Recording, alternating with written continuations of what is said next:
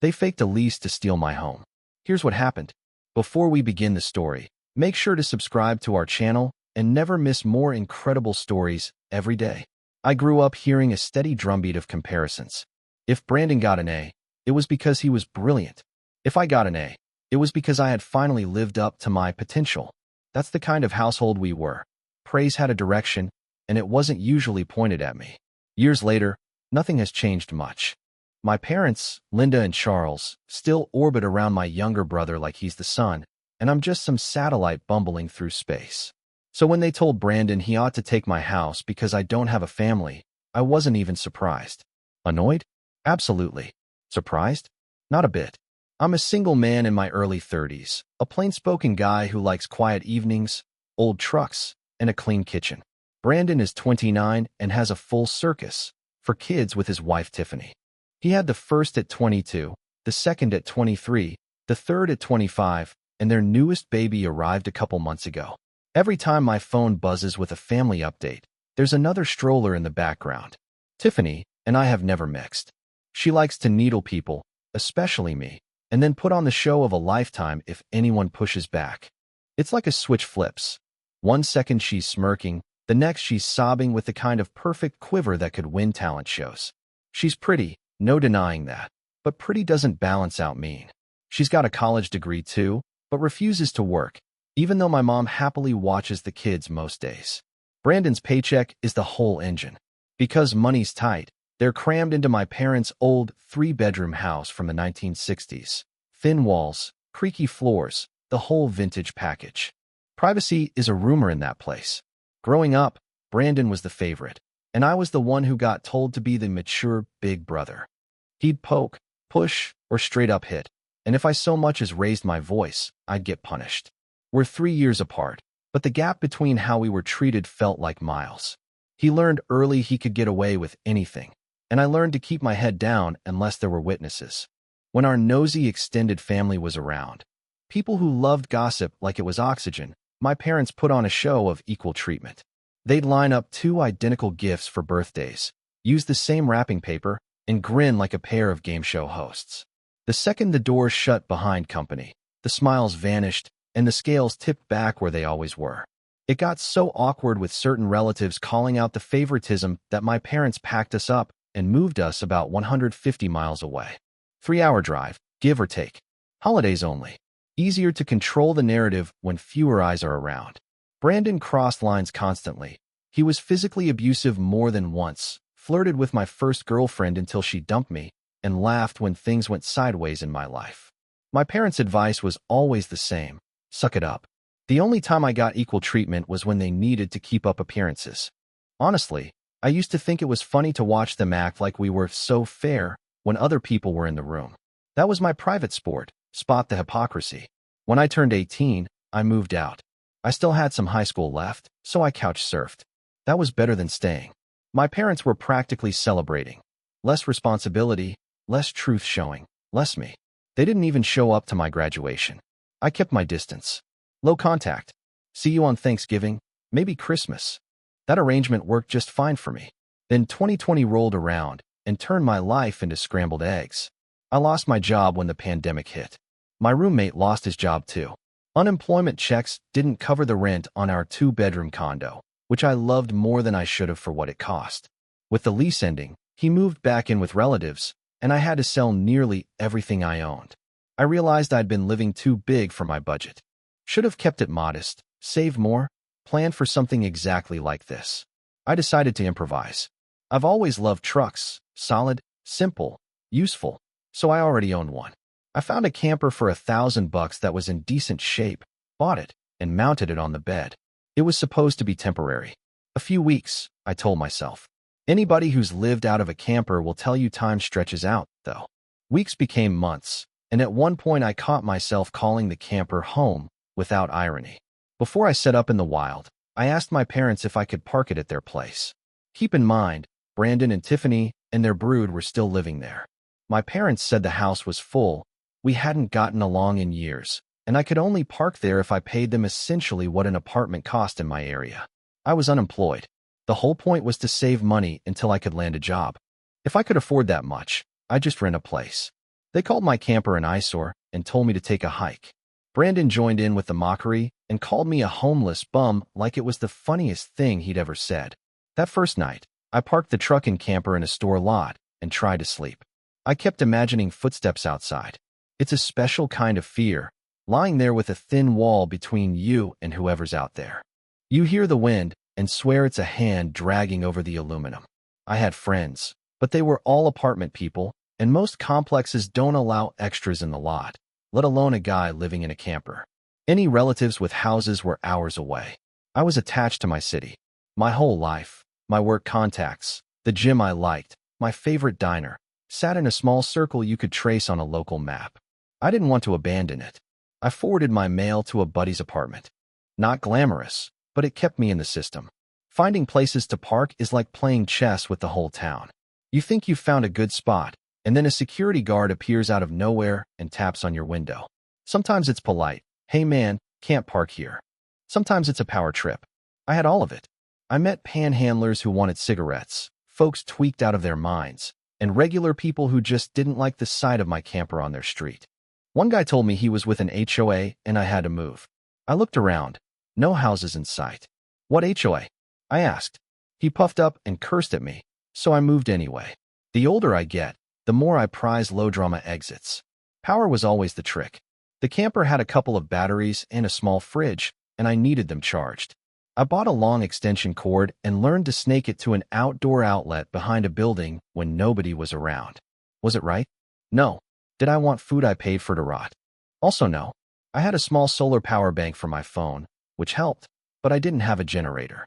Generators are loud, thirsty, and not cheap to run. So I did what I had to do. For months, I lived like that while job hunting. I swore up and down I wasn't going back to retail after slogging through it in college. But every week that passed, retail looked a little less like a storm and a little more like shelter. Finally, a job came through in the city next door. Not retail. Decent pay. I took it. I was still getting unemployment for a little bit, but I didn't want to ride that train to the end and then be sitting there broke and tired and out of options. I ended up basically living in the back lot at work. There were these old employee spaces by the warehouse that no one used. Half the company had forgotten they existed. The owner, Tom Carter, noticed me hustling and didn't mind. It helped that I was always available for shifts. He said I could keep the camper there for a while, and he even let me take it off the truck so I could drive around easier. Just keep it neat and don't make trouble, he said. I took that deal and shook his hand like it was a lifeline. Security only had to step in a couple of times. A few wanderers came through, and Marcus, the night guard, handled it. Marcus is one of those guys who seems like he knows every story in the city. We got to talking on slow nights, and he's now one of my closest friends. He's the kind of friend you can text at 2 a.m. when your car makes a weird noise and he'll write back. Probably the belt. Check it in the morning. If it squeals, I'll help you swap it. In winter, I heated the camper with a small electric heater. I'd wake up to the soft click of the thermostat and the gentle hum and actually feel grateful to be warm. Summer was a different beast. The camper had no AC. A 95-degree day inside a camper teaches you every shade of discomfort. I finally found a used portable unit online, rigged up the exhaust hose, and got by. I showered at the gym or at a friend's place because the camper only had a portable toilet and no real shower. I kept it clean and empty as much as I could. No one tells you when you buy one of those that the worst part isn't the smell, it's the dread of the chore. Tom let me run a cord from the building for power and gave me access to water. On Sundays, when the office was empty except for the janitor and security, I paid a little rent by working for free, cleaning, stocking, doing whatever needed doing. I poured myself into work, picked up overtime, and learned new skills from anyone who'd teach me. Welders, forklift operators, the quiet guy from shipping who knew every trick for strapping down pallets. If somebody knew something, I asked them to show me once, then I practiced till I could do it in my sleep. Midway through this year, Tom called me into his office and offered me a supervisor spot. Better money, more responsibility.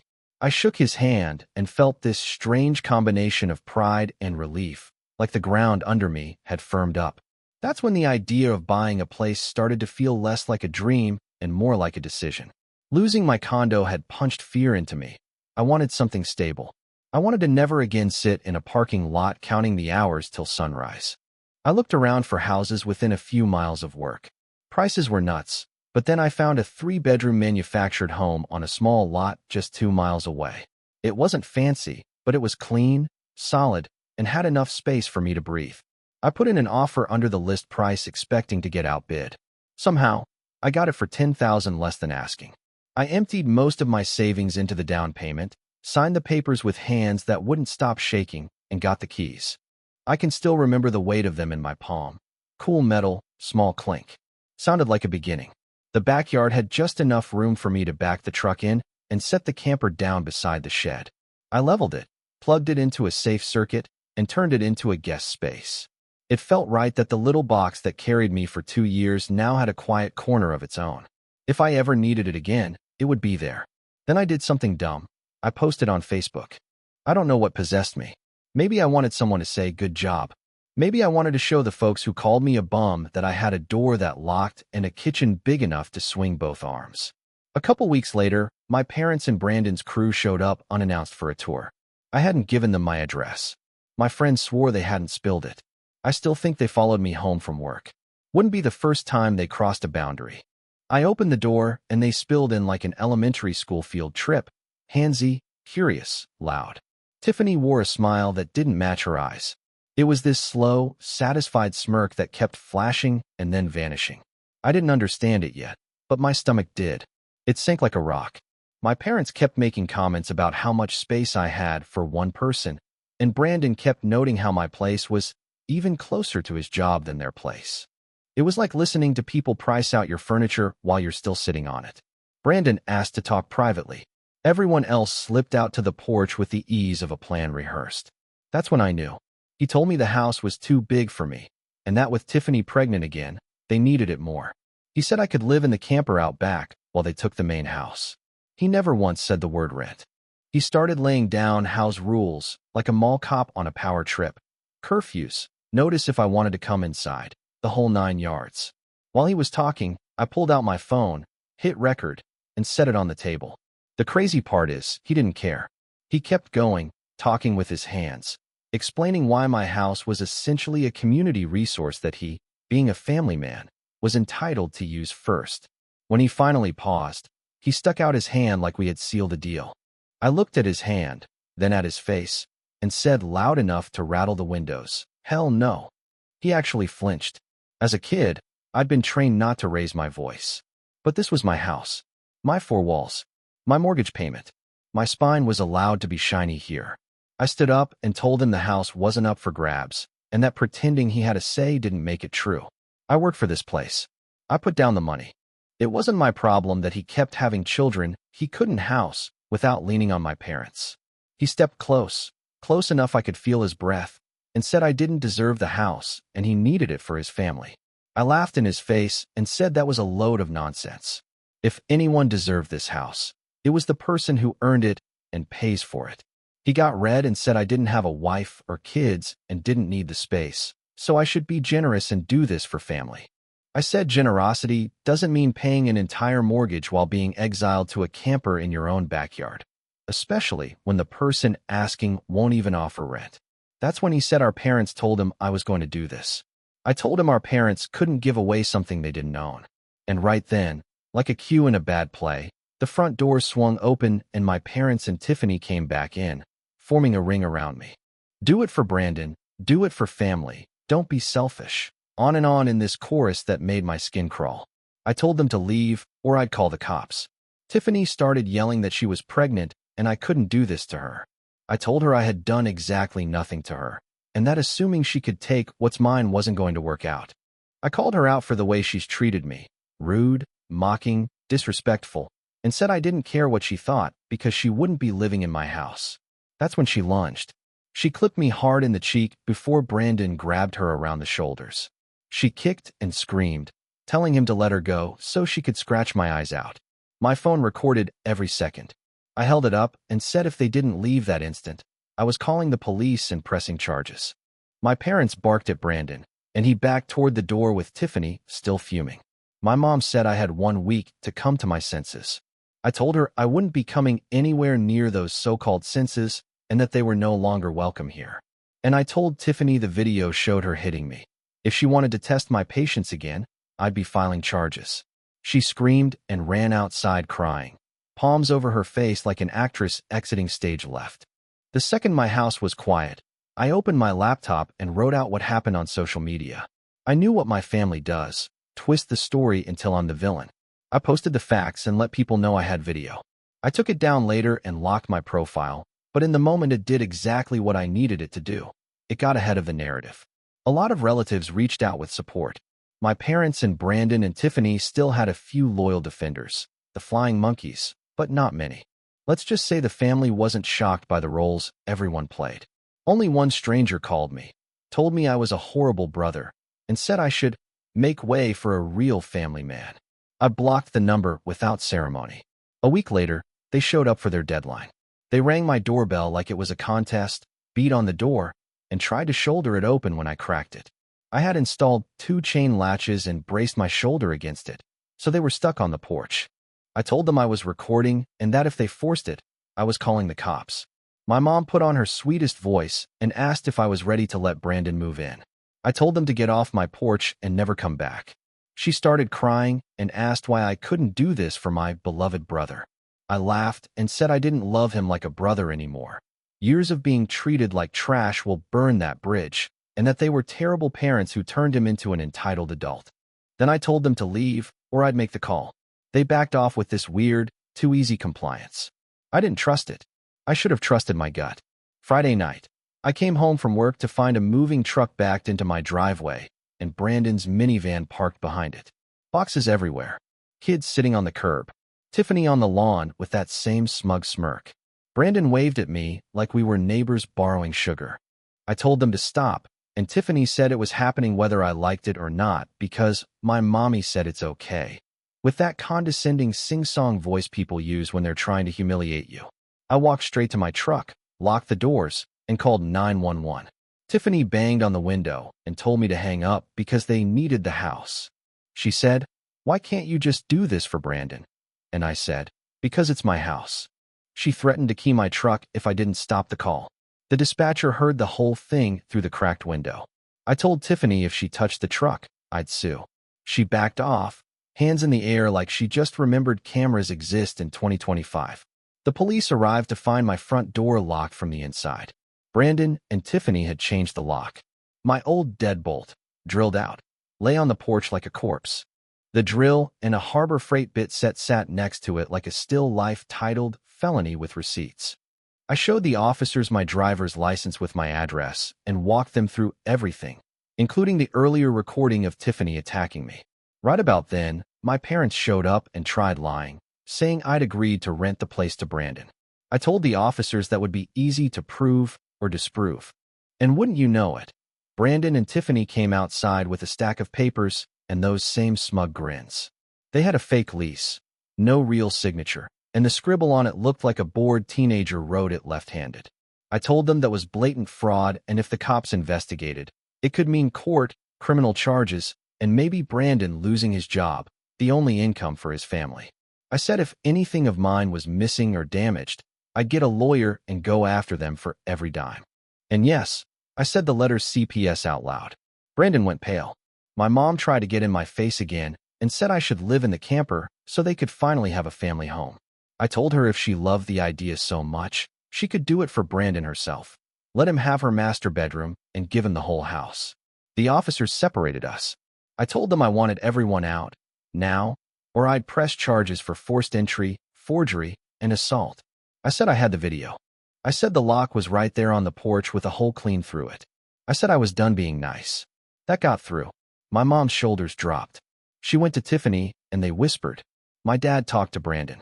Tiffany started crying and ripped up the fake lease, tossing the pieces in the air until one of the officers told her to pick up every scrap or get a ticket for littering. She got on her knees and started gathering confetti with this bitter little scowl. Brandon told the kids to load the boxes back into the truck. The oldest cried that he wouldn't get his own room now. They tried one last time with the sad faces and the belly rub, but my decision didn't wobble. When Brandon started cussing me out, the officers told him he was a breath away from cuffs. He shut up. More cruisers rolled in. 2 officers became 4, which helped move things along. I told Brandon to hand over the keys to the new lock he put on my door. He looked at me, then threw the keys down the street into a storm drain. One officer ordered him to fish them out. He had to yank the grate and crawl around in grime to get them. When he finally dropped the keys into my hand, he slammed them into my palm like a child. My mom threatened to disown me, and I laughed. "Oh no," I said loudly enough for every officer to hear. "I won't get to spend holidays being treated like garbage while Brandon gets paraded around like a prince." I added that if he ever needed an organ from me, not to bother asking. The officers looked at my parents the way teachers look at bullies who just got caught. They finished reloading the truck. My mom kept bargaining. Rent, me moving back in with them. Anything to keep Brandon in my house. I told her to stop talking and keep packing. I said I didn't want Brandon's money or my parents' strings or their drama. I said I would never live with them again after the childhood they gave me. Tiffany threw another tantrum, sat on my lawn, and pouted. They finally left. The driveway was quiet except for the click of the new deadbolt, the one I now had the keys to. When the taillights disappeared, I told the story online again. This time, my parents didn't try to fight it. The family, which had been split before, swung in my direction. People who had made excuses for my parents stopped.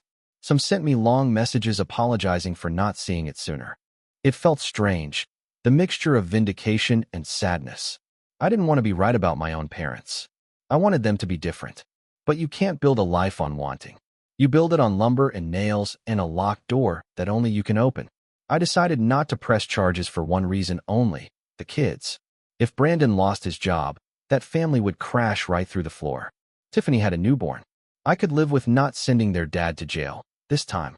They know I won't be that generous again. I invited half the family to my place for Christmas Eve. My parents weren't invited. I wasn't blocked on Brandon and Tiffany's profiles, so I saw Tiffany post about the new baby in early November. They were still living with my parents. Tiffany kept making passive-aggressive posts about not having enough space. Sometimes it read like she was trying to needle me, sometimes like she was trying to needle my parents. Either way, the only person it convinced was herself. Christmas Eve was good. People drove 3 or 4 hours to be there and show support. We ate, laughed, and actually had the kind of easy conversation where you forget who's hurt who for a while. A couple of them asked why I hadn't just driven my camper back to our hometown when I was homeless. I told them the truth. My best job prospects were here, my life was here, and I was stubborn enough to try to make it work without running to the past. They nodded. We moved on to music and stories and too many cookies. Uncle Steve brought a Ray Charles Christmas album on CD, and when the bass line hit on The Little Drummer Boy, half the room smiled at the same time. The night felt like a do-over from the universe. Then the front door swung open, no knock, and in walked my parents, Brandon, and Tiffany. Like nothing had happened. I cut the music and told them to leave. They said they brought gifts. Uncle Steve, my mom's own brother, who used to idolize her, stood up and told them that after this year, they didn't deserve to be in my house. Other relatives backed him up. My grandparents, Ruth and Henry, stepped between us like referees and said if my parents wanted to make amends, it was far too soon. They said they'd never been more disappointed. They told my parents the favoritism wasn't fooling anyone anymore, and that if they wanted to be in my life again, they needed to act like actual parents. Then they turned to Brandon and Tiffany and said they'd seen Tiffany's posts and were tired of the guilt trips. My house wasn't going to be theirs. Tiffany did what she always does when cornered. Tears, dramatics, hands fluttering, head tilted. She sat down and announced it wasn't fair that I had a whole house with no family, while she had 4 kids and needed space to feel like a real mom. I was petty and said out loud that she spends her days drinking, scrolling her phone, and spending Brandon's money while my mom does most of the parenting. I joked, too far, probably, that I was surprised the baby wasn't tipsy from the milk. The room went quiet for a second. Tiffany stood, shaking, and asked if I was calling her a bad mother. I said the evidence wasn't exactly subtle and that if she wanted to move out someday, she should put her degree to work and save money, especially since Mom was already doing the childcare heavy lifting. Their oldest, 7 years old and angry, kicked my shin and yelled that I made his mom cry and wouldn't let them live here. Brandon grabbed him, and the room turned into a family intervention. Tiffany cried. The baby cried. The other kids cried. Brandon sat on my shoe ottoman and looked like he'd been hollowed out. He kept his eyes down because the second he looked up, someone would call him out. If the room had been empty, I know how he would have acted. He'd have puffed up and tried to order me around again. But the masks were off, and the audience had seen the costume change. They left in defeat. We turned the music back on. People stayed the night. Too much spiked eggnog to drive safely.